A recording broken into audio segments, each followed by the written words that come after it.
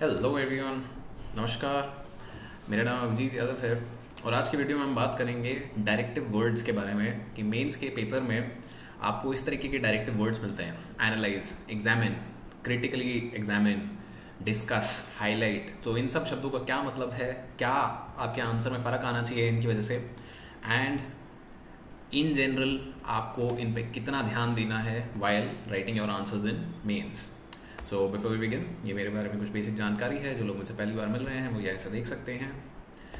And मैंने पिछली video में भी एक बोला था कि मैं एक मेंस फोकस ग्रुप में शुरू कर रहा हूँ जहाँ पे the basic idea would be there will be a test series with sessions on how to write good answers with previous examples and examples from these tests that the people joining will be given.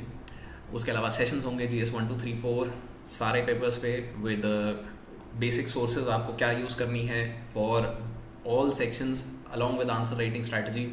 उसके अलावा एसे का क्या approach आपका होना चाहिए and doubt discussion sessions. उसके अलावा 1-to-1 discussions होंगे। If you want to join this focus group जिसका प्राइस 5,000 इंक्लूडिंग GST है एंड ऑब्वियसली लिमिटेड सीट्स हैं यहाँ पे टू इंश्योर क्वालिटी, क्योंकि ये एक प्रॉब्लम मैंने हमेशा अपने जब भी मैं मेंस के आंसर राइटिंग ग्रुप्स ज्वाइन कर रहा होता था या टेस्ट सीरीज ज्वाइन कर रहा होता था, this is a problem that I faced कि क्वालिटी या गुड फीडबैक मिलना बहुत मुश्किल होता था। तो इधर इस फोकस ग्रुप में there will be 2 previous year rankers, one will be me and the other will be Shashank, who will be conducting and checking all of these papers in order to ensure quality. So there will be very limited seats.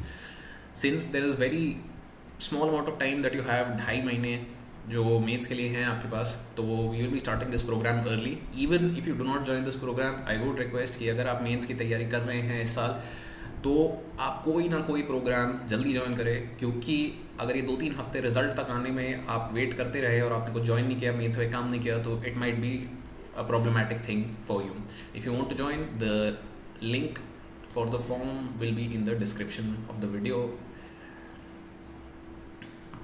And now let's begin. तो directive words को समझने के लिए हमें एक concept को समझना है, ब्लूम्स टैक्सोनॉमी। तो ब्लूम्स टैक्सोनॉमी के बारे में बात करते हैं। इसका शब्द को याद करने की I've made a video on this before, so you don't need to remember the term. आपको बस ये कॉन्सेप्ट समझना है कि there are levels of knowledge. This is level 1, this is level 2, this is 3, 4, 5 and 6. तो level 1 पे आपका होता है रिमेंबर, कि भाई आपने फैक्ट को देखा, आपको याद था फैक्ट या नहीं। लेवल 2 पे आपको अंडरस्टैंडिंग, डू यू अंडरस्टैंड कि वो फैक्ट क्या है, उसका मतलब क्या है। लेवल 3 पे आपका आता है कि आपको उस फैक्ट को अप्लाई करना है, कि भाई आपने कोई एक चीज़ जो सीख ली, अब उसको आपको अप्लाई करना है। लेवल 4 पे आपका आता है कि जो आपने फैक्ट सीखा उसके डिफरेंट पार्ट्स क्या हैं, किन किन चीज़ों पे वो डिपेंडेंट है, and how do you break it down into parts and then look at those parts and how the parts are interacting with each other. Level 5 पे आता है इवैल्यूएशन, कि क्या ये जो आइडिया है जो हमने लेवल 1 पे याद किया था, क्या ये सही है, गलत है, या इसे किस तरीके से देखना चाहिए। लेवल 6 इज़ क्रिएट, कि भाई आप नई नॉलेज क्रिएट कर रहे हो। So very simply put, level 1 2 3 जो आपने अगर प्रीलिम्स का पेपर अभी रिसेंटली दिया है या आगे दोगे, या प्रीवियस ईयर क्वेश्चंस भी अगर आपने देखे हैं, तो यू विल अंडरस्टैंड कि प्रीलिम्स में ये 3 लेवल काम आते हैं। You need to remember a lot of facts, you need to understand what those facts means, and you need to apply the information that you have in order to eliminate. So 1 2 3 level पे जब आप काम करते हो, so this is very important for prelims. But mains के लिए आपको ये 3 लेवल पे इंफॉर्मेशन चाहिए होती है। You need to be able to apply, analyze and evaluate. And अगर आपने प्रीवियस ईयर क्वेश्चंस मेंस के देखे हैं, तो एनालाइज और इवेल्युएट जो 2 शब्द हैं, ये तो मतलब सीधा क्वेश्चंस में पीछे पूछ दिए जाते हैं। So let's understand these levels with an example लेते हैं हम बिटकॉइन का, कि बिटकॉइन के बारे में सबने सुना है। अगर आप मेंस की तैयारी कर रहे हैं तो मतलब कहीं ना कहीं आपने सुना ही होगा, because crypto currencies are all the craze right now.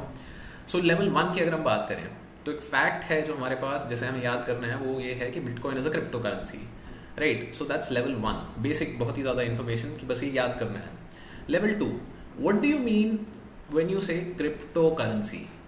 तो क्रिप्टो करेंसी का मतलब कि मतलब लेवल 2 विच इज अंडरस्टैंडिंग, जो फैक्ट था, is that bitcoin is a digital money. कि बिटकॉइन जो है it is digital money, bitcoin is not hard cash, bitcoin is digital. Level 3 पे जब हम आते हैं, तो लेवल 3 पे जब हम आते हैं which means we are applying, तो वी नो कि most of the time whenever we are engaging with digital things are programmable. तो क्योंकि बिटकॉइन डिजिटल मनी है तो bitcoin is programmable, so this is level 3। हमने शुरू किया था लेवल 1 से कि bitcoin is a crypto currency, and यहाँ से अब हम लेवल 3 तक जब आए हैं तो we can say that bitcoin is programmable, which it is, right. There is this thing called smart contracts.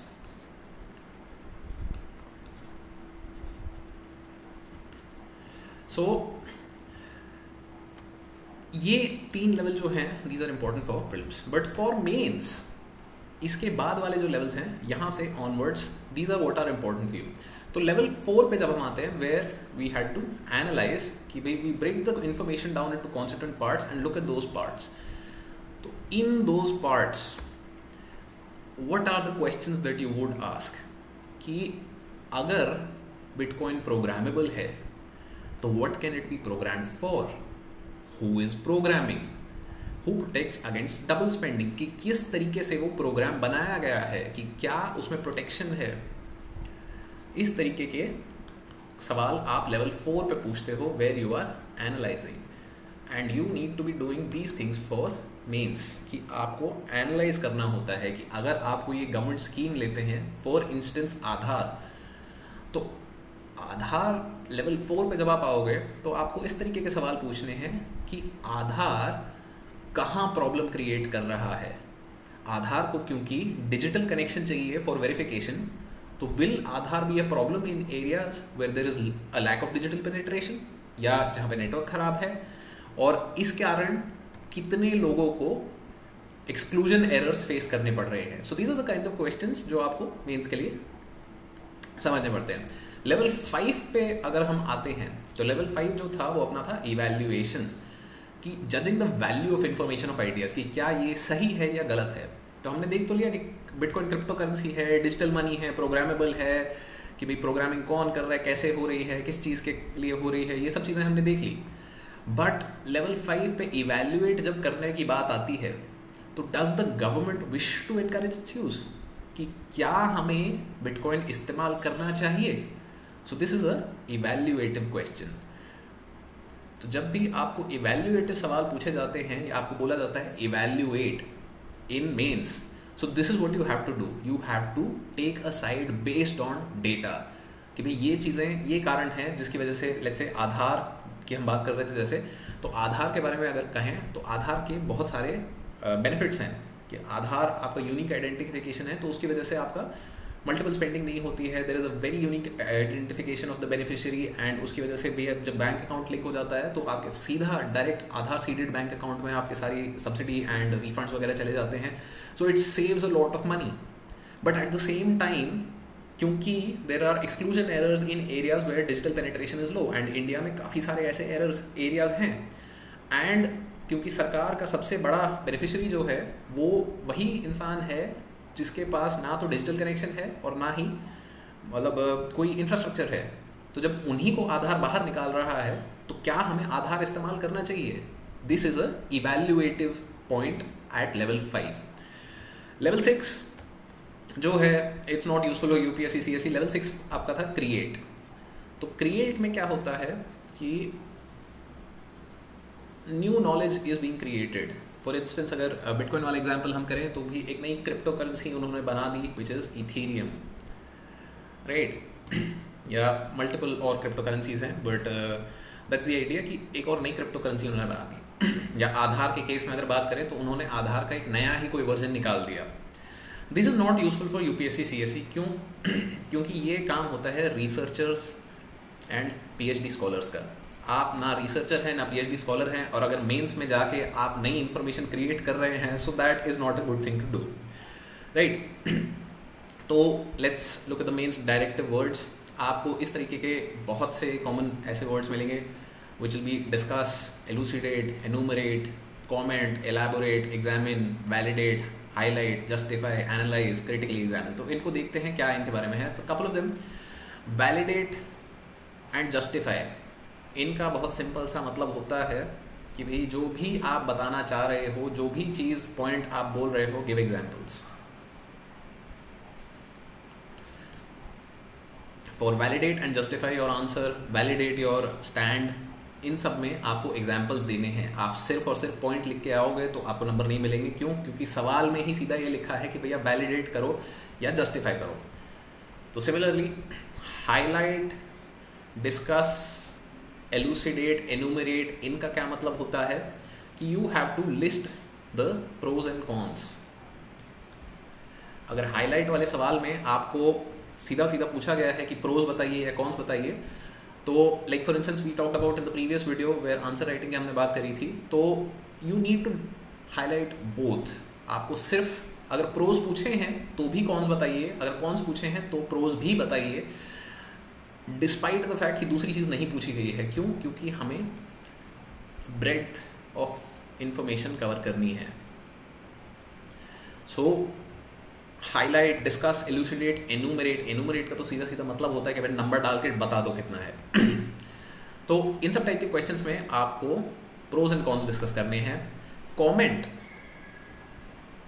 जो कई क्वेश्चंस में होता है where a statement is given and at the end of it comment, तो you need to expand on the statement given, कि जो भी statement दी गई है उसके बारे में आपको क्या क्या इन्फॉर्मेशन है, कितने एंगल्स आप उसमें जोड़ सकते हो। ये आपको प्रोज एंड कॉन्स की बात नहीं है यहाँ पे आपको पर्सपेक्टिव्स देने हैं कि इसका इकोनॉमिक पर्सपेक्टिव क्या है, इसका पॉलिटिकल एंगल क्या है, इसका सोशल एंगल क्या है, इसका लीगल एंगल क्या है, इससे एनवायरनमेंट पे क्या फ़र्क पड़ेगा। जो पेस्टल फ्रेमवर्क है, this is where you use the PESTLE framework, right.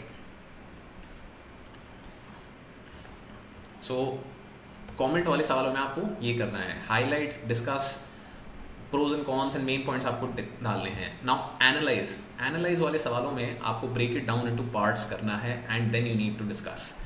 कि जैसे आधार के सवाल की हमने बात करी थी, तो if you have to analyse the functioning of Aadhaar या if you to analyse the functioning of parliament. क्यों? क्योंकि ये काफ़ी कॉमन सवाल है जो फ्रीक्वेंटली आता रहता है मेंस में कि पार्लियामेंट की फंक्शनिंग में ये प्रॉब्लम है, ऐसे है, ये है, वो।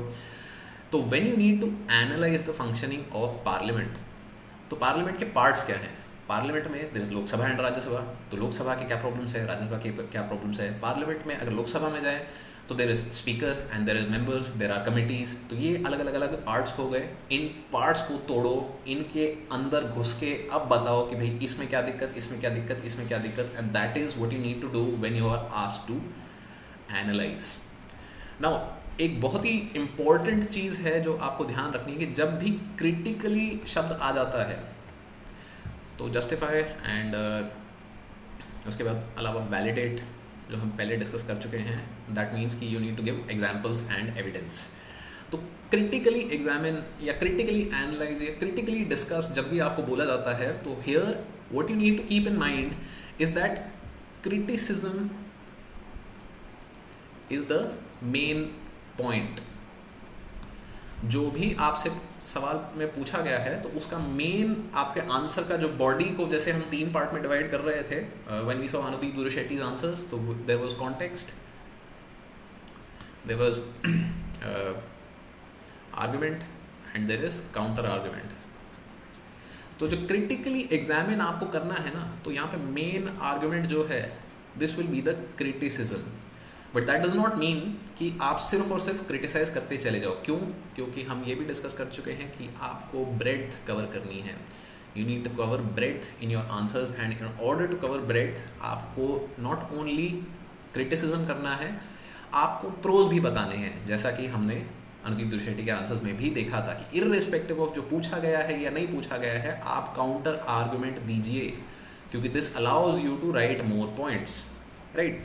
सो this is a general idea about how directive words work and आपको इस चीज़ पे ध्यान देना है जब आप मेंस के अपने आंसर्स लिख रहे हैं कि भाई आपको जब क्रिटिकली एनालाइज करने को बोला गया है, क्रिटिकली एग्जामिन करने को बोला गया है, तो criticism is the main part. आपको जस्टिफाई करने को बोला गया है तो you need to give examples. Critically examine में एग्जाम्पल देते हो बहुत बढ़िया, नहीं देते कोई दिक्कत नहीं है, बट जस्टिफाई में एग्जाम्पल देना ज़रूरी है।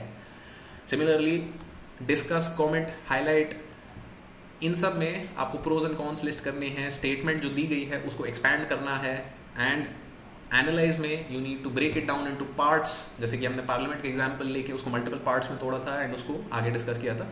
सो these are the directive words that are used in mains. And इस तरीके से आपको अपने आंसर्स को इम्प्रूव कर सकते हो, आप अपने आंसर्स की वैल्यू बढ़ा सकते हो.